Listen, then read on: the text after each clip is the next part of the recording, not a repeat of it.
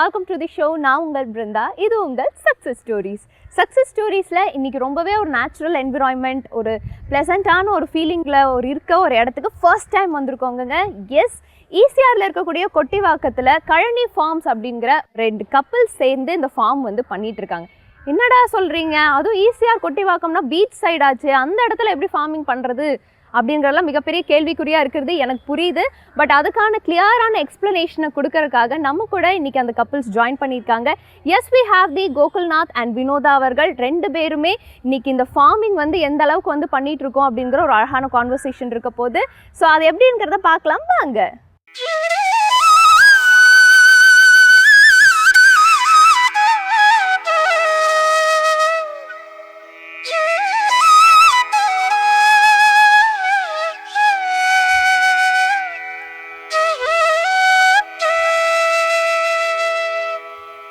வணக்கம் சார். வணக்கம். எப்படி இருக்கீங்க? நல்லா இருக்கும். ஓகே, இடமே ரொம்ப அருமையாக இருக்குது, அவ்வளோ ப்ளசண்ட்டாக வச்சுருக்கிறத பார்த்தா. ஆனால் எல்லாருக்குமே ஒரு டவுட் சார், என்னடா ஈசிஆர்னு சொல்கிறாங்களே, அங்கே எப்படி ஃபார்ம் ஹவுஸ், அது இவ்வளோ அழகான ஒரு இடத்த வச்சுருக்காங்களே அப்படின்னு சொல்கிறாங்க. ஃபஸ்ட்டு சார், நீங்கள் உங்கள் நேட்டிவ் எங்கேருந்து வந்திருக்கீங்க, எப்படி இதை ஸ்டார்ட் பண்ணீங்கிறது கொஞ்சம் சொல்லுங்கள். சரிங்க. நேட்டிவ் வந்து சேலம் பக்கத்தில் ஆத்தூர்னு சொல்லி ஒரு வில்லேஜுங்க. ஸோ பேசிக்காக ஃபார்மிங் பேக்ரவுண்ட் தான் ஃபுல்லாகவே. அப்பா அம்மா எல்லாமே விவசாயம் தான். விவசாயத்தில் குடும்பத்தில் இருந்துட்டு சென்னைக்கு வந்து ஐடியில் வேலைக்காக தான் வந்தோம் நாங்கள். ஸோ வேலைக்காக வந்தோம். கிட்டத்தட்ட ஒரு 13 வருஷம் ஐடி இண்டஸ்ட்ரியில் ஒர்க் பண்ணியாச்சு. ஸோ 13 வருஷத்தில் கல்யாணம் ஆகிடுச்சு. எங்களுக்கு ஒய்ஃப் பார்த்திங்கன்னா அவங்க மாமா பொண்ணு தான் எனக்கு. ஸோ அவங்களும் கிராமத்தில் வளர்ந்தவங்க தான். ஸோ கிராம சூழலே வளர்ந்தாச்சு இல்லைங்களா. நம்ம குழந்தை பருவம் ப்ளஸ் நம்ம காலேஜ் போகிற வரைக்குமே பார்த்திங்கன்னா எல்லாமே அங்கேயே இருந்தாச்சு. ப்ளஸ் தோட்டத்துலேயே வேலை செஞ்சுட்டு அப்பா அம்மா கூட அப்படியே இருந்த வாழ்க்கைங்கிறதுனால ஒரு ஸ்டேஜ்க்கு அப்புறம் திருப்பி அதுக்குள்ளே போகணும் அப்படின்னு ஒரு தாக்கம் அப்படி ஆரம்பிச்சது தாங்க. ஓகே, ஸோ கழனி ஃபார்ம்ஸ். அதாவது சார், இப்போ நீங்கள் ஊரில் பார்த்ததெல்லாம் ஓகே தான்.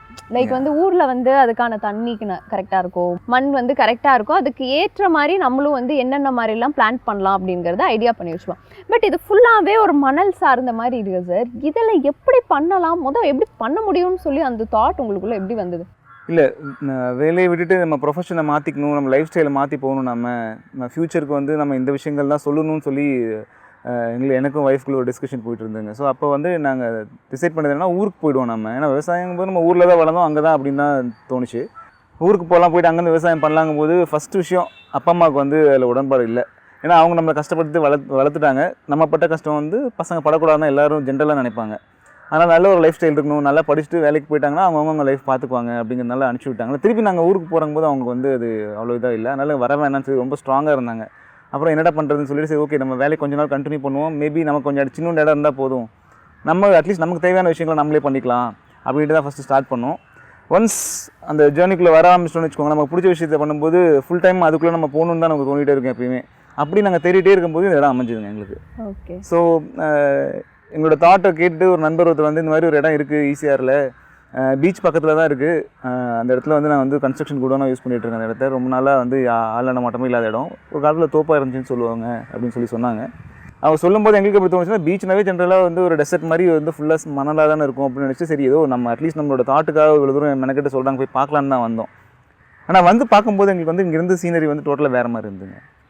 கம்ப்ளீட் ஒரு க்ரீனரி, திக்கான ஒரு ஃபாரஸ்ட். இப்போ இந்த சைடில் உள்ள பார்த்தீங்கன்னா தெரியும், அதுதான் கடைசி வரைக்கும் இருந்துச்சு. இந்த டோட்டலாக ஒரு 4.5 ஏக்கர்ஸ் இது. ஓகே.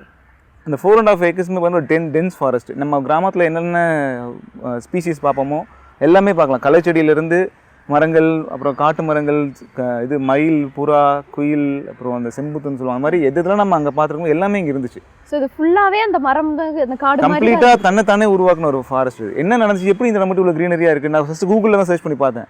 ஆக்சுவலாக அந்த இடம் ஃபுல்லாகவே கூகுள் மேப்பில் பார்த்தீங்கன்னா க்ரீனிஷான ஒரு டென்ஸ் ஃபாரஸ்ட் மாதிரி தான் இருக்கும்.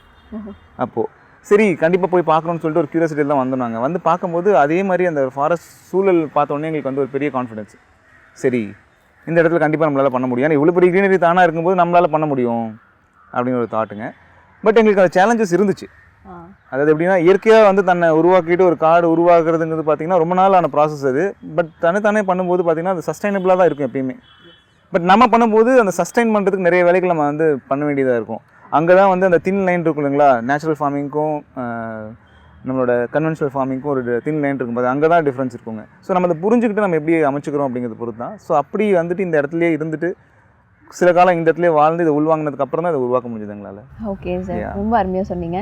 அண்ட் இனிஷியலாக நீங்கள் சொன்னீங்க ஐடி ப்ரொஃபஷனில் இருந்தீங்கன்னு சொல்லி. ஸோ ஐடி ப்ரொஃபஷனில் எவ்வளோ இயர்ஸ் ஒர்க் பண்ணீங்க? இதை நம்ம ஸ்டார்ட் பண்ணும்போது எந்த இயரில் இதை ஸ்டார்ட் பண்ணீங்க சார்? 2019 வந்து ஸ்டார்ட் பண்ண இந்த இடத்த சூஸ் பண்ணோம். ஸ்டார்ட் பண்ணுறதுக்கு வந்து எங்களுக்கு ஒரு 6 months ஆகிடுச்சு. அதுக்கப்புறம் தான் குவிட் பண்ணிவிட்டு உள்ளே வந்தோம் நாங்கள். ஓகே. ஸோ இந்த குவிட் பண்ணுறது அப்படிங்கிறது சார் ரொம்ப யோசிக்கணும். ஏன்னா நம்ம ப்ரொஃபஷன் நமக்கு ஒரு மந்த்லி ஒரு நல்ல ஒரு பேசிக் சேலரி வந்து கொடுத்துட்ருக்கோம், உங்கள் ஒய்ஃப்காகட்டும் உங்களுக்காகட்டும். ஸோ அதை வந்து கம்ப்ளீட்டாக வந்து நம்ம குவிட் பண்ணிவிட்டு இதில் வரோம் அப்படின்னா நீங்கள் சம்திங் கண்டிப்பாக ஒரு ப்ராஃபிட் இருக்கிறனால தான் உங்களுக்கு இது கிடச்சிருக்குன்னு பார்க்கும்போது எப்படி இருந்தது சார்? 2 விஷயங்க இதில் வந்து குவிட் பண்ணுறது வந்து ஒன்று லைஃப் ஸ்டைல் சேஞ்சுக்காக குவிட் பண்ணலாம். கம்ப்ளீட்டாக ஸ்ட்ரெஸ்ட் அவுட் ஆகிட்டு எனக்கு வேண்டவே வேண்டாம் இது அப்படின்னு குவிட் பண்ணலாம். இல்லை இதை விட இது ப்ராஃபிட்டபுளாக இருக்கும், ஒரு நல்ல மாடலாக இருக்கும், இதில் பண்ண முடியும் அப்படிங்கிற ஒரு கான்ஃபிடென்ஸில் குவிட் பண்ணலாம். ஓகேங்களா? என்னோடது பார்த்தீங்கன்னா எனக்கு முழுக்க ஒரு 3-4 வருஷம் கழிச்சு குவிட் பண்ணலாம் நம்ம. ஆனால் இந்த ஃபியூச்சரில் வந்து நான் வந்து கண்டிப்பாக ஃபார்மிங் தான் பண்ணணும் நம்ம இன்றைக்கி பண்ணிவிட்டு. அது ஏன்னா அப்பா அம்மா வந்து அடிக்கடி வந்து ஃபார்மிங் வேண்டாம்னு சொல்ல எனக்கு திருப்பி ஏன்னா அங்கே தான் நம்ம ஹாப்பியாக இருந்தோம். நம்மளோட சைல்டுஹுட் டேஸ் வந்து ஹாப்பியஸ்ட் டேஸ் ஃபுல்லாக அங்கே தான் இருந்து இல்லைங்களா? அதனால் கண்டிப்பாக அதில் பண்ண முடியும். பட் ஆனால் நம்ம கொஞ்சம் எல்லாம் மாற்றி யோசிக்கணும்.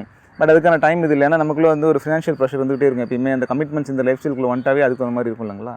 ஸோ அதெல்லாம் கொஞ்சம் செட்டில் பண்ணிட்டு அப்புறமா வரலான்னு தான் இருந்தோம். பட் ஒய்ஃப்க்கு வந்து சுத்தமாகவே இந்த இதில் வந்து உடன்பாடு இல்லை. இன்றைக்கி என்ன கல்யாணம் ஆச்சு, ஒரு வருஷம் வந்து நம்ம அப்படியே ஒரு லைஃப்பில் ஓடிக்கிட்டே இருக்கும். நம்ம ஒன்றும் பெருசாக இது தெரியல. பட் இவ்வளோ தான் வாழ்க்கையாக ஒரு விரக்தியாக இருக்குது. இது வந்து நம்ம எப்படி நம்ம நெக்ஸ்ட் ஜென்ரேஷன் சொல்லிக் கொடுப்போம்? நமக்கு இன்றைக்கி குழந்தைங்க வந்துட்டாங்கன்னா வந்து அவங்களுக்கு நாளைக்கு வந்து என்ன நினைப்பாங்க, லைஃப்னா என்ன? அப்பா அம்மா ஆஃபீஸ் போவாங்க, வருவாங்க, சாப்பிடுவோம், அவங்க ஒரு டைமில் சாப்பிடுவாங்க, நம்ம ஒரு டைம் சாப்பிடுவோம், அவங்க டைமில் தூங்குவாங்க, நம்ம ஒரு டைமில் தூங்கி எழுந்திரிப்போம். நம்ம ஷெடியூலில் நம்ம இருப்போம், அவங்க ஷெடியூலில் அவங்க இருப்பாங்க. வீக்கெண்டுக்காக வெயிட் பண்ணிகிட்டே இருப்போம். வீக்கெண்ட் வந்தோடனே எங்கேயாவது வெளியில் போவோம், தியேட்டர், பீச், நீங்கள் போவோம். நம்ம இவ்வளோ தான் லைஃப் அப்படின்னு அவங்க மனசில் பதிஞ்சிடும். பட் ஆனால் அது வந்து கரெக்டான இது கிடையாது. லைஃப்பில் கொஞ்சம் கூட நிதானமே இல்லாமல் ஓடிக்கிட்டே இருக்கும் நம்ம அப்படின்னு வந்து அடிக்கடி சொல்லிக்கிட்டே இருப்பாங்க. நானுமே என்ன சொல்லுவேன்னா, சரி அதுக்கு வந்து நமக்கு நிதானமான லைஃப்னால் நம்ம வந்து வாழ்க்கையை வந்து இயற்கையோடு ஓரளவுக்கு வந்து நம்ம ஒத்து போகிற வாழ்க்கை தான் வேணும் நமக்கு. அதுக்கு வந்து விவசாயமான சார்ந்த வாழ்க்கை தான் கரெக்டு. ஏன்னா நம்ம அதுலேருந்து தானே வந்திருக்கோம். ஆப்வியஸாக அதுதான் பண்ணணும். பட் அதுக்கான டைம் இன்னும் வரல. கொஞ்சம் ஃபுல்ஃபில் பண்ணிட்டு அப்புறம் போகலான்னு. பட் அவங்க என்ன சொன்னாங்கன்னா, இப்போயே உங்களுக்கு வந்து 32 அந்த ரெசிஷன் எடுக்கும்போது இன்னும் நீங்கள் 5 வருஷம் கழிச்சும்போது 40 ஆகிடும் உங்களுக்கு. அதுக்கப்புறம் நான் விவசாயத்தில் இறங்கி நான் வந்து எல்லாம் பண்ணுவேன்னா வந்து கண்டிப்பாக முடியாது. ஏன்னா அப்பா அம்மாலாம் எவ்வளோ கஷ்டப்பட்டுருக்கான்னு நம்ம பார்த்துருக்கோம். அவங்களோட சைல்டுஹுட் டேஸ் சாக்ரிஃபைஸ் பண்ணி தான், நாங்களும் அவங்களோட இந்த டீனேஜ் சாக்ரிஃபைஸ் பண்ணி தான் நம்மளை உருவாக்கி விட்டுருக்காங்க. ஸோ நம்மளோட இந்த டைமை விட்டுட்டோன்னா ஒன்றும் பண்ண முடியாது. ஸோ இருக்கிற இந்த 5-6 வருஷம் தான் நமக்கு கோல்டன் பீரியட். அதனால் உங்களுக்கு பிடிச்ச விஷயம் அது உங்களுக்கு உடன்பாடு இருக்குன்னா இப்போயே குவிட் பண்ணிடுங்க. நீங்களும் நான் மட்டும் தானே பார்த்துக்கலாம். கஷ்டமாக தான் இருக்கும்னு தெரியும், அப்புறம் என்ன பண்ணிக்கலாம். எப்படின்னா என்ன கஷ்டமாக இருக்குன்னு பட்டிருக்கோம், நம்ம போய் எக்ஸ்பீரியன்ஸ் பண்ணிக்குவோம், பரவாயில்ல, நான் அவங்க கூட கண்டிப்பாக சப்போர்ட்டிவாக இருப்பேன்னாங்க. ஸோ அந்த ஒரு கான்ஃபிடென்ஸில் தான் நம்ம ஸ்டார்ட் பண்ணோம். ஸோ இந்த பயாலஜிக்கல் கிளாக்கோட அடாப்டான ஒரு லைஃப் ஸ்டைலுக்குள்ளே தான் இருக்கணுங்கிறதுக்காக தான் வந்தோம். பட் குவிட் பண்ணிட்டு வந்ததுக்கப்புறம் பார்த்தீங்கன்னா இந்த மந்த்லி இன்கம் அது கட் ஆனதுக்கப்புறம் பார்த்தீங்கன்னா ஸ்ட்ரகிள்ஸ் நிறைய இருந்துச்சு எங்களுக்கு. ஃபஸ்ட்டு விஷயம் பார்த்தீங்கன்னா, கம்ப்ளீட்டாக ஜாப் குவிட் பண்ணிட்டு வரும்போது மார்ச் 2020 அந்த டைமில் வந்து கோவிட் அப்போ தான் ஸ்டார்ட் ஆச்சு, ஃபஸ்ட் வேவ் உங்களுக்கு. ஸோ கரெக்டாக நாங்கள் இந்த இடத்துக்கு வந்துட்டு இங்கே இந்த கொஞ்சம் கொஞ்சமாக ஸ்டார்ட் பண்ணலான்னு சொல்லிட்டு இந்த ஃபாரஸ்ட் மாதிரி இருக்க இடத்த வந்து கொஞ்சம் கிளியர் பண்ணிவிட்டு அதை நமக்கு தெரிஞ்ச காய்கறி கீரைகள் நம்ம போட்டு பார்ப்போம்னு சொல்லிட்டு ட்ரையல் பண்ணப்போ பேசிக்காக நம்ம வளர்ந்ததெல்லாம் செம்மண் பூமியில் வளர்ந்ததுனால அந்த ஃபார்மிங்கு இதுவும் கம்பேரே பண்ண முடியாது ஆக்சுவலாக. ஆனால் ஃபஸ்ட்டு அது தெரியல, இறங்கி நம்ம பண்ணும்போது தான் வந்து நிறைய புரிஞ்சுக்கிட்டோம். மணலில் வந்து அதெல்லாம் சாத்தியமே இல்லைங்க, பண்ண முடியாது, பண்ணணுன்னா எப்படிலாம் பண்ணணுங்கிறத நிறைய கற்றுக்கிட்டோம். நாங்கள் வந்து கிட்டத்தட்ட ஒரு 1.5 வருஷம் வந்து இங்கே தான் இருந்தோம். ப்ளஸ் கோவிட் வந்து எங்களுக்கு ஒரு விதத்தில் ப்ளஸ் இந்த என்விரான்மெண்ட்டோட அடாப்ட் ஆகிட்டு புரிஞ்சுக்கிட்டு இதை உள்வாங்கிட்டு நம்ம வந்து எப்படி இதை திருப்பி தகவமைச்சுக்கணுங்கிறதுக்கு நிறைய கற்றுக் கொடுத்துச்சு எங்களுக்கு. கரெக்டாக சார். நீங்கள் ஒரு விஷயம் சொல்லியிருந்தீங்க, லைக் வந்து எனக்கு ஒரு மெஷின் லைஃப் வேண்டாம், ஸோ அந்த லைஃப்பை வந்து மாற்றணும், அதுதான் இந்த பயாலஜிக்கல் கிளாக்கோட இந்த என்விரான்மெண்ட்டோட இந்த சூழலோட அமைஞ்சிருக்குன்னு சொல்லியிருந்தீங்க. நீங்கள் சொன்ன மாதிரி மணலில் இருக்குது சார். இப்போ மணலில் வந்து ஆனால் நீங்கள் நிறைய இப்போ வந்து கீரை வெரைட்டிஸ் நிறைய போட்டிருக்கீங்க, பிரிஞ்சால் போட்டிருக்கீங்க, நிறையா முள்ளங்கி போட்டிருக்கீங்க, நிறைய அப்படி போட்டிருக்கீங்க. ஸோ இந்த மணலில் தான் இது பண்ணியிருக்கீங்களா, இல்லை இது கூட மணலில் என்ன ஆட் பண்ணியிருக்கீங்க சார்? இல்லை, மணல் தாங்க, இது ப்ராப்பரான பீச் மணல் தான். இது என்னென்னா ஆல்ரெடி இது வந்து ஃபாரஸ்ட்டாக இருந்ததுனால கிட்டத்தட்ட வந்து இந்த இடத்துல என்ன நடந்திருக்குன்னா, பீச் மாதிரி இருந்த பீச் ஸ்டாண்டாக இருந்த இடம் ஹியூமன் ஆக்டிவிட்டிஸ் இல்லாமல் ஒரு 20 years கிட்ட விட்டுட்டாங்க. ஸோ அப்போ என்ன ஆகிடுச்சு, யாரும் ஹியூமன் ஆக்டிவிட்டிஸ் இல்லை, அது மட்டும் தான் நடந்தது. இது இயற்கையை தானே உருவாக்கிடுச்சு தான் இது. ஸோ அதுவே வந்து இலைகள் கீழே விழுந்தது, பழங்கள் விதைகள் கீழே விழுந்து அப்படியே தானே உருவாக்கிட்டு ஒரு டென்ஸ் ஃபாரஸ்ட் உருவாயிருக்கு. ஸோ என்ன ஆயிடுச்சு, டாப் லேயர் இருக்குல்லங்களா மண்ணில், அதுதான் ரொம்ப ரொம்ப முக்கியம். டாப் சாயில்னு சொல்லுவாங்களா, அது இலைகள் விழுந்து நல்ல நியூட்ரிஷன் ரிச்சாக இருந்துச்சுங்க அது. அதனால் நாங்கள் வந்து பண்ணும்போது வந்து ஈஸியாக வந்துடுச்சு எல்லாமே ஆரம்பத்தில். ஸோ குறிப்பிட்ட காலம் வந்து நம்ம அந்த இடத்த கிளியர் பண்ணிவிட்டு திருப்பி நம்ம க்ராப் பண்ணும்போது அந்த டாப் லேயரில் இருக்க நியூட்ரிஷன் ஃபுல்லாக டெப்ளீட் ஆகிட்டே வரும் இல்லைங்களா. மணலை பொறுத்த வரைக்கும் 2 விஷயம். ஒன்று வந்து தண்ணி விடும்போது லீச் ஆகி போகுது உங்களுக்கு நியூட்ரிஷன். இன்னொன்று வெயில் அதிகமாக இருக்கும்போது எவாப்ரேட் ஆகிடும். ஸோ இதுதான் சேலஞ்சு. அதனால தான் வந்து பெரியவங்களாம் யாரும் மணலில் வந்து பயிர் பண்ண மாட்டாங்க, சூஸ் பண்ண மாட்டாங்க. அது நமக்கு இங்கே சப்போர்ட்டிவாக இருந்தது 2. ஒன்று வந்து எங்கள் பக்கத்தில் ஒரு கோஷாலா இருக்குங்க, அவங்ககிட்ட வந்து எரு ப்ளஸ் இங்கே இருக்க இலதலைங்கள் இருக்குல்ல, அதெல்லாம் வேஸ்ட் பண்ணவே மாட்டோம். இதெல்லாம் களையை எடுக்கிறோமோ, இதெல்லாம் தேவையில்லை நம்ம கிளியர் பண்ண மாதிரி இருக்குமோ அதெல்லாமே திருப்பி யூஸ் பண்ணிடுவோம். எருவோட மிக்ஸ் பண்ணிவிட்டு கம்போஸ்ட் ஆக்கிடுவோம் அதை. ப்ளஸ் மழை காலத்துக்கு முன்னாடி வந்து அந்த ஏரிகள்லாம் தூர் வர்றாங்க இல்லைங்களா, அப்போ அந்த வண்டல் கிடைக்கும், அந்த டாப் சாயில் அந்த ஏரி வண்டல் இருக்குங்களா அது கிடைக்கும். இது எல்லாத்தையுமே ஒரு காம்பினேஷனாக எடுத்து தான் நாங்கள் வந்து ஒவ்வொரு வாட்டம் அப்ளை பண்ணுவோம். எது எப்பப்போ கிடைக்குதோ அதை பயன்படுத்திக்குவோம்.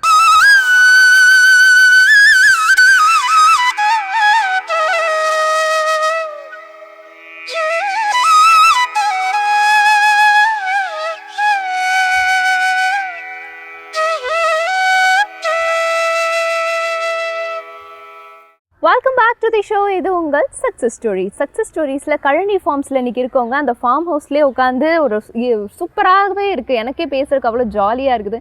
ஒரு ப்ளசண்ட்டான ஃபீலிங்கில் உட்காந்து பேசிகிட்டு இருக்கோம். தொடர்ந்து பார்க்கலாம் வாங்க. நீங்கள் ஏதாவது இப்போ இதை ஸ்டார்ட் பண்ணுறதுக்கு முன்னாடி ஏதாவது ரீசர்ச் பண்ணீங்களா? எந்த மாதிரி வகைகளை வந்து நீங்கள் கண்டிப்பாக பண்ணியிருப்பீங்கன்னு நான் நினைக்கிறேன். ஏன்னா என்ன மாதிரி பயிர் வகைகள் இந்த இதுக்கு அடாப்ட் பண்ணுற மாதிரி போடலாம், இல்லை பிஹெச் பேலன்ஸுங்கிற ஒரு விஷயமும் வரும். ஏன்னா இங்கே இருக்கக்கூடிய பீச் வாட்டரில் வந்து நீங்கள் தண்ணி இதை விடும் போது அதெல்லாம் எப்படி சார் கம்ஃபர்டபுளாக பார்த்து என்ன மாதிரி ரீசர்ச்லாம் பண்ணி? இல்லை, ஆக்சுவலாக ரீசர்ச் எதுவுமே பண்ணல நம்ம. ஏன்னா ஆல்ரெடி இது ஒரு பெரிய க்ரீனரியாக தான் இருக்குது, ஹெல்த்தியாக இருக்குது பார்க்கும்போது. இங்கே எல்லா ஸ்பீஷீஸும் வந்து அதுக்கு தேவையான எல்லா இதோட நல்லா இருக்குது. அப்போ கண்டிப்பாக நல்லா இருக்குங்கிற ஒரு பிளைண்ட் கான்ஃபிடென்ஸில் தான் நான் ஃபஸ்ட்டு இறங்கணும் நம்ம. ஸோ ஆரம்பத்தில் அதுக்கு மாதிரி சப்போர்ட்டிவாகவும் இருந்துச்சு சாயில். ஏன்னா யூஸ் பண்ணாத இடம் இல்லைங்களா, அதனால் வந்து அந்த டாப் சாயில் வந்து நல்லாவே இருந்துச்சு. அதனால் எனக்கு எந்த இதுவும் தேவைப்படலை. எனக்கு ரிசர்ச்னு பார்த்தீங்கன்னா எனக்கு வந்து தண்ணி விடுறது தான் கஷ்டப்பட்டோம் நாங்கள். ஏன்னா ஒரு கிணறு இருக்குங்க, கிணத்துல இருக்க தண்ணி நீங்கள் எடுத்து ஓப்பனாக விட்டிங்கன்னா கூட இங்கேருந்து உங்களுக்கு வந்து ஒரு 10 அடி 15 அடி தூரம் தான் போகும். தண்ணி உள்ளே போயிட்டே இருக்கும், ஃபுல் தண்ணியுமே. நமக்கு மண்ணில் ஓடுற மாதிரி தண்ணி வாய்க்காலில் பாஞ்சு ஓடாது தூரத்துக்கு. ஸோ ஏரியா கவரேஜ் ரொம்ப கம்மியாக இருக்குங்க. அதுக்கு சேலஞ்சிங் ஆச்சு. ஒரு வாட்டியும் வந்து ஹோஸ்டில் எடுத்துகிட்டு போயிட்டு விட்டுட்டு இருந்தோம். பட் ரொம்ப டைம் கன்சியூமிங், அதேமாதிரி ரொம்ப கஷ்டமாக இருந்துச்சு.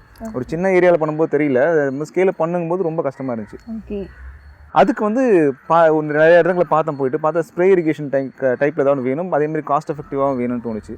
ஸோ ஸ்ப்ரிங்க்லர்ஸ் இந்த மாதிரி நிறைய ட்ரை பண்ணோம். ஸ்ப்ரிங்க்லர்ஸ்லாம் பயங்கர காஸ்ட்லி ஆச்சுங்க. அப்புறம் லாஸ்ட்டாக வந்து ஃபைனலைஸ் பண்ணி இந்த KSNMனு ஒரு பிராண்ட், அவங்க வந்து ரெயின் ஹவுஸ் கொடுக்குறாங்க. ஸோ அந்த ரெயின் ஹவுஸ் வந்து ஈஸியாக இருந்துச்சு எங்களுக்கு. ஒரு 25 சென்ட் ஏரியாவுக்கு ஒரு 3600 4000 தான் செலவாகும். அது ஃபுல்லாகவே வந்து செல்ஃப் இன்ஸ்டலேஷன் தான். நம்ம வந்து மந்த்லி இன்கம் பேஸ் பண்ணி நம்ம லைஃப் ஸ்டைல் இருந்ததுனால நமக்கு ஃபார்மிங்குள்ளே வந்ததுக்கப்புறமா அந்த மாதிரி ஒரு இன்கம் தேவைப்படுச்சு. ஸோ குயிக்காக கைக்கு வர்றது கீரை தான். ஸோ ஈஸியாக எல்லாராலையும் அஃபோர்ட் பண்ணி வாங்கிக்க முடியும், நியூட்ரிஷியஸான விஷயம். ஸோ காய்கறி மற்ற ஃப்ரூட்ஸ் அந்த மாதிரி போகிறத விட கீரைங்கும் போது எல்லாராலையும் வாங்கவும் முடியும். ஒரு 25 ரூபாயில் வந்து ஈஸியாக நமக்கு வீட்டில் ஒரு 3 பேருக்கு தேவையான இது ஃபுட்டு செஞ்சிடலாம் நம்ம. ஃபஸ்ட்டு நீங்கள் வந்து இதில் பிளான் பண்ணும்போது கீரை தான் பிளான் பண்ணிங்களா? நம்ம ஏன்னா மனசில் இருந்த ஒன்று தான், மாதம் நம்ம வருமானத்துக்கு கையில் காசு வேணும். ஏன்னா இந்த ஃபஸ்ட்டு இந்த 8-9 மந்த்ஸில் பார்த்தீங்கன்னா இருந்த சேவிங்ஸ் எல்லாமே வந்து காலி ஆகிடுச்சு இதுலேயே.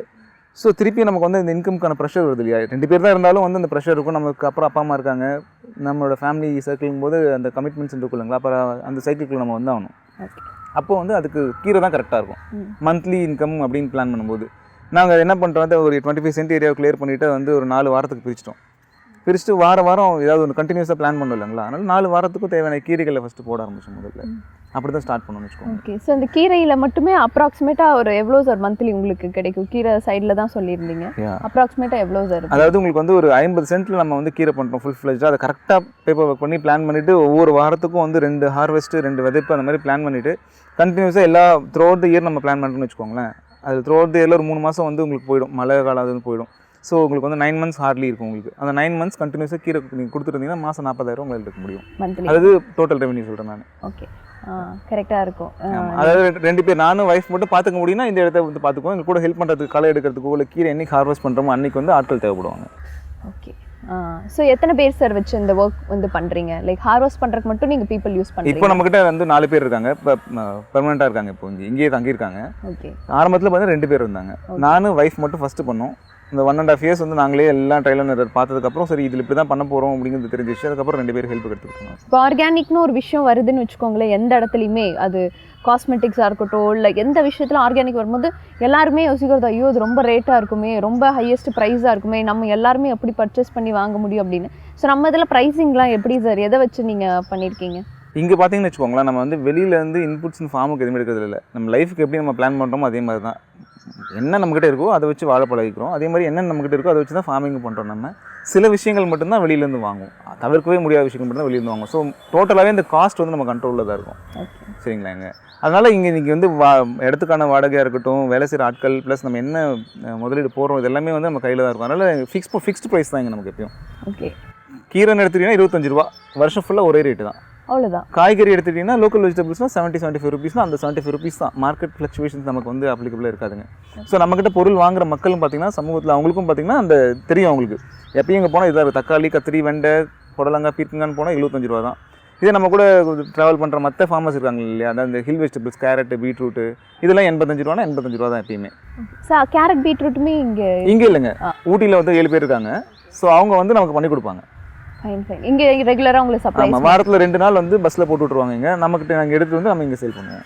Super sir. அண்ட் இப்போ வந்து ஒரு புதுசாக ஒரு விஷயத்தையும் நீங்கள் கொண்டு வந்திருக்கீங்கன்னு நினைக்கிறேன். இங்கேயே ஃபார்ம் பண்ணுறது இதை வச்சே வந்து நீங்கள் குக் பண்ணியும் வந்து சேல்ஸில் வந்து போயிட்டு இருக்குது. அந்த மாதிரி டெக்னிக்கை எப்படி சார் கொண்டு வந்தீங்க? இல்லைங்க, இது எப்பயுமே எதுவுமே நாங்கள் பிளான் பண்ணல. ஃபஸ்ட்டு கீரை பயிர் பண்ண ஆரம்பித்தோம். ஒரு 25 சென்டில் பண்ணோம். அதை வாங்க ஃபஸ்ட்டு க்ளோஸ் சர்க்கிளில் ஃபஸ்ட்டு கொடுத்துட்டு இருந்தோம். அப்புறம் மோஸ்ட்லி கடைங்களுக்கு கொடுப்போம். அது ஆர்கானிக் ஷாப்ஸ் இருக்காங்க இல்லையா, அவங்களுக்கு கொடுப்போம். ஏன்னா அதில் வந்து நான் ஒர்க் பண்ணும்போது இருந்தே வந்து நண்பர்கள் இருந்தாங்க. அவங்க வந்து தைரியமாக இறங்கி பண்ணுங்க, நாங்கள் எடுத்துக்கிறோம் அப்படின்னு சொல்லி சொல்லுவாங்க. சொல்ல போனால் OFM, ரீஸ்டோர், இந்த மாதிரி நிறைய ஜென்யூனாக பண்ணுற மக்கள் நிறைய பேர் இருக்காங்க. அவங்க வந்து நமக்கு வந்து ஃபஸ்ட்டு வந்து ஒரு பேக் போனாக இருந்தவங்க. ஏன்னா ப்ரொஃபஷனை விட்டு பண்ண போகிறோன்னு தெரியும். அதனால் நாங்கள் எவ்வளோ வேணாலும் கொடுங்க, நாங்கள் எடுத்துக்க முடியும் எங்களால் அப்படின்னு சொல்லி பூஸ்ட் பண்ணவங்க அவங்க தான். ஸோ அவங்களுக்கு வந்து 80% வால்யூம் அவங்களுக்கு தான் போகும் ஃபஸ்ட்டு. ஓகேங்களா, அது நான் ஆரம்ப கட்டத்தில் சொல்கிறேன். அந்த 20% தான் வந்து மக்கள் இங்கே வந்து வாங்கிட்டு போயிட்டுருப்பாங்க. அடுத்தது நம்மளோட க்ளோஸ் சர்க்கிள், அப்புறம் அவங்களோட க்ளோஸ் சர்க்கிள் போகும்போது பார்த்தீங்கன்னா ஒரு 3 மாதம் நாங்கள் ஆரம்பித்து ஒரு 20 பேர் இருந்தவங்க 100 பேருக்கு மேலே வந்தாங்க ஒரு 3 மாதத்துக்குள்ளே. பட் எல்லாருமே வந்து பக்கத்தில் லொக்காலிட்டியில் இருந்த மக்கள் யாரும் இல்லை. ஏன்னா இங்கே வந்து ஒரு போர்டு எதுவுமே இருக்காதுங்க. நம்ம வந்து அட்வர்டைஸ்மெண்ட்காக நம்மளால் டைம் ஸ்பெண்ட் பண்ண முடியாது. 2 பேர் தானே ஃபார்மில் வேலை செய்யறதுக்கு சரியாக இருக்குங்க. அதனால் வரவங்க போயிட்டு வெளியில் சொல்லி நமக்கு வந்து ஒரு 100 பேர்கிட்ட வந்துட்டாங்க. எல்லாருமே பார்த்தீங்கன்னா தூரமாக இருந்து வருவாங்க. அண்ணா நகர்லேருந்து வருவாங்க, ஆவடியிலேருந்து வந்து வருவாங்க, இந்த பக்கம் பெருங்குளத்தூர், தாம்பரம், குரோம்பேட் அப்படிலேருந்து வருவாங்க. ஒரு குறிப்பிட்ட டைமுக்கு அப்புறம் என்ன சொல்லுவாங்கன்னா, வெயில் அங்கேருந்து இவ்வளோ தூரம் வரும், கீரைக்காக மட்டும் வரும், இவ்வளோ இடம் இருக்குல்ல, காய்கறி எங்களுக்கு நீ போட்டு கொடுக்கலாம்ல அப்படின்னு அவங்களோட ஜென்யூனான எக்ஸ்பிரஷன்ஸ் சொல்லுவாங்க.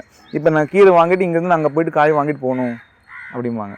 அதனால் நான் என்ன பண்ணோம், இடம் தான் இருக்குல்ல, சரி இன்னொரு 50 சென்ட்டில் வந்து நம்ம 25 சென்ட்டில் வந்து காய் போடலாம் அப்படிங்கும்போது அடுத்து சரி நாட்டு காய்கறியாக போடுவோம். வீட்டில் என்ன பண்ணுவாங்க, யூஸ்வலாகவே வந்து வெளியில் வியாபாரத்துக்கு போகிற காய்கறி வந்து கம்பெனியில் இருக்கிற விதையை வாங்கி போடுவாங்க ஜென்ரல் விவசாயிங்க. ஆனால் தான் வீட்டுக்கு போகிறது பார்த்தீங்கன்னு வச்சுக்கோங்களேன், நாட்டு காய்கறின்னு விதை வச்சுருப்பாங்க.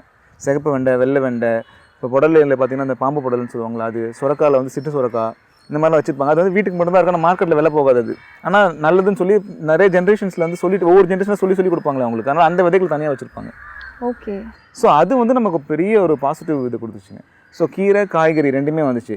இதுக்காக வர க்ரௌட் அதிகமாச்சுங்க. கீரை காய்கறிக்காக மட்டுமே கிட்டத்தட்ட ஒரு 200-300 பேர் வந்துட்டு இருந்தாங்க. அப்போ அவங்க சொன்னது என்னன்னா, இன்னொரு ஆப்பர்ச்சுனிட்டி உங்களுக்கு இருக்கும்ல. இப்போ இது வாங்கி நான் போயிட்டு அரிசி பருப்பு வெளியே தானே வாங்குறேன், நீங்கள் சென்னைக்குள்ளே இருக்கீங்க, காய்கறி கீரைக்காக அங்கேருந்து உங்கள்கிட்ட வாங்குகிறோம். ஸோ உங்களை மாதிரி பண்ணுற மக்கள் நிறைய பேர் ஊரில் இருப்பாங்க இல்லையா, அவங்கள தேடி அவங்ககிட்ட இருந்து இந்த அரிசி பருப்பு உங்களால் முடிஞ்சது நிறைய வேணாம், அட்லீஸ்ட் சின்ன லெவலில் பண்ணுறவங்ககிட்ட இருந்து வாங்கிட்டு வச்சிங்கன்னா நான் அதையும் வாங்கிட்டு போயிடுவோம்ல. ஸோ எங்களுக்கு வந்த பர்பஸும் முடிஞ்சிடும். இன்னொன்று அட்லீஸ்ட் நம்ம கொடுக்குற காசு வந்து டைரெக்டாக யார் பண்ணுறாங்களோ அவங்களுக்கே போயிடுது இல்லையா அப்படின்னு சொன்னாங்க. அது நல்ல ஒரு இதாக இருந்துச்சு. அதுக்கப்புறம் என்ன பண்ணோம், மெனக்கிட்ட போய்ட்டு ஒவ்வொரு ஊரில் யார் என்னென்ன பண்ணுறாங்கன்னு சொல்லி தெரிஞ்சுக்கிட்டோம். ஸோ ட்ரெடிஷ்னல் ரைஸ் வெரைட்டிஸ் ஆகட்டும், மில்லட்ஸு, அப்புறமா மஞ்சள், வெங்காயம், இந்த மாதிரி ஒன்றும் எங்கெங்கே பண்ணுறாங்கன்னு தெரிஞ்சுக்கிட்டோம். இன்றைக்கி வந்து ஒரு 380 ஃபார்மர்ஸ்க்கு மேலே இருக்காங்க நம்ம கூட. அந்தந்த சீசனுக்கு யார் என்ன பண்ணுறாங்களோ அது நம்மக்கிட்டையும் ஒரு பங்கு வரும் நமக்கு. ஸோ இங்கே காய்கறி கீரை வாங்குற மக்கள் அவங்களோட பொருளையும் நம்மகிட்ட வாங்கிட்டு போகிற மாதிரி ஒரு பிளாட்ஃபார்ம் அமைஞ்சுது நமக்கு. ஓகே. ஸோ இது அந்த பண்டைய காலத்தில் இது ஃபாலோ பண்ணுற அதே டெக்னிக் வந்து அழகாக ஃபாலோ பண்ணிட்டு இருக்கீங்க. ஏன்னா நம்ம வந்து ப்ரொஃபஷனை விட்டுட்டு ஒரு விஷயத்தை எடுத்து பண்ணிகிட்டு இருக்கோம் அப்படின்னு அவங்களுக்கு தெரியும். ஸோ வந்து அந்த ஜேர்னி எப்படி இருக்குது, நம்ம எவ்வளோ கஷ்டப்படுறாங்கிறத பார்க்குறாங்க இல்லையா, அதனால் ஜென்யூனான ஒரு ஆதங்கம் இருக்கும். அவங்களோட பையன் மாதிரியோ இல்லை அவங்களோட பிரதர் மாதிரியோ வந்து நம்மக்கிட்ட பேசுவாங்க. ஸோ நீங்கள் ஏன் ஃபுட்டாக பண்ணக்கூடாது, இப்போ நான் ஆஃபீஸ் போகிறேன், நான் எங்கள் அப்பா அம்மா திடீர்னு பார்த்துக்க முடியாதுனால அவங்க நான் ஊருக்கு போகிற மாதிரி இருந்ததுன்னா வந்து அவங்களுக்கு கஷ்டமாக இருக்கும், சாப்பாடுக்கு வந்து வெளியில் எங்கேயாவது தேடிட்டு இருப்பாங்க. நீங்கள் இந்த மாதிரி பண்ணி கொடுக்கலாம்ல. இல்லை ஒரு மீட்டிங் இருக்குது, எனக்கு ஒர்க் ஃப்ரம் ஹோம் தான் பண்ணிட்டு இருப்பேன், கண்டினியூஸாக மீட்டிங்கில் சமைக்க முடியாதுனால அதனால் ஒரு வேளை சாப்பாடு நீங்கள் கொடுக்கலாம்ல, அது உங்களுக்கும் யூஸ்ஃபுல்லாக எங்களுக்கு யூஸ்ஃபுல்லாக இருக்குமேன்னு சொல்லி கேட்டாங்க. ஸோ சின்ன லெவலில் அப்படி கொடுக்க ஆரம்பித்தோம், ரொம்ப க்ளோஸ் சர்க்கிளில் மட்டும்தான். அப்புறம் அதுவுமே வந்து ஒரு பிஸ்னஸாக வந்து எங்களுக்கு கன்வெர்ட் ஆச்சு. அது எப்படி சார் இப்போ போயிட்டுருக்கு? அது நல்லா போயிட்டுருக்குங்க. நல்லா மழை டைமில் மறுபடியும் பண்ணல நாங்கள். ஆக்சுவலாக கொஞ்சம் நிறைய பிளானிங் இருந்துச்சு. பட் ஸ்டில் இப்போ என்ன பண்ணுறோம்னா, ஃபுட்டாக கம்ப்ளீட்டாக கொடுக்காம கரீஸாக கொடுத்துட்றோம். காலையில் காய்கறி கீரை வாங்க வரீங்களா, வரும்போது என்ன பண்ணுவாங்கன்னா, குழந்தைங்களை ஸ்கூலில் விட்டுட்டு அப்படியே வருவாங்க, அவங்க அடுத்தது ஆஃபீஸ் போகிற மாதிரி இருக்கும். அதில் வந்துட்டு நம்ம என்ன சமைச்சிருக்கோமோ அந்த கரீஸ் மட்டும் வாங்க. கறினா இப்போ ரசம், கூட்டு, பொரியல், இல்லை கீரை கடைசல், இந்த மாதிரி நம்ம என்ன செஞ்சு வச்சிருக்கோம் வீட்டு அது வாங்கிக்குவாங்க. வித் ரைஸ் இருக்குமா? ரைஸ் வேணும்னா கேட்டு வாங்கிக்குவாங்க. பட் மோஸ்ட்லி நம்ம கரீஸ் வந்து டெய்லி வந்து ஆர்டர் எடுக்கும்போதே கரீஸ்ன்னு எடுத்துக்குவோம் நாங்கள். ஓகே ஓகே கீரை என்னென்ன ஹார்வெஸ்ட் இருக்கோ அது மாதிரி அன்றைக்கி என்ன சமையல்னு சொல்லி நாங்கள் அனுப்பிச்சிடுவோம். எல்லாமே ப்ரீ ஆர்டர் மாதிரியா? ஆமாங்க. Okay sir. அண்ட் இன்றைக்கி நிறைய விஷயங்கள் நீங்கள் உங்கள் ஜேர்னி பற்றி சொல்லியிருந்தீங்க, எப்படி சில விஷயங்கள் ஃபாலோ பண்ணலாங்கிறது ரொம்ப அருமையாக எங்களுக்கு ஷேர் பண்ணியிருந்தீங்க சார். இன்னும் கழனி ஃபார்ம்ஸ் மிகப்பெரிய ஒரு லெவலில் வந்து அடையணும் அப்படின்னு சொல்லி புதியுகம் சார்பாக வாழ்த்துக்களை தெரிவிக்கிறேன். நன்றி சார். ஸோ இன்றைக்கி கழனி ஃபார்ம்ஸ் வந்திருந்தோம். ரொம்பவே ஒரு இயற்கை சார்ந்த ஒரு சூழலில் வந்து நாங்களும் ஒரு கான்வர்சேஷன் வைக்கும்போது ரொம்ப சூப்பராக இருந்துச்சு, ரொம்ப ப்ளசண்ட்டான ஒரு ஃபீலிங்காக இருந்தது. அண்ட் இதே மாதிரி ஒரு சூப்பரான கண்டென்ட்டில் நான் உங்களே சந்திக்கிறேன். until then it's tata bye bye from Brinda.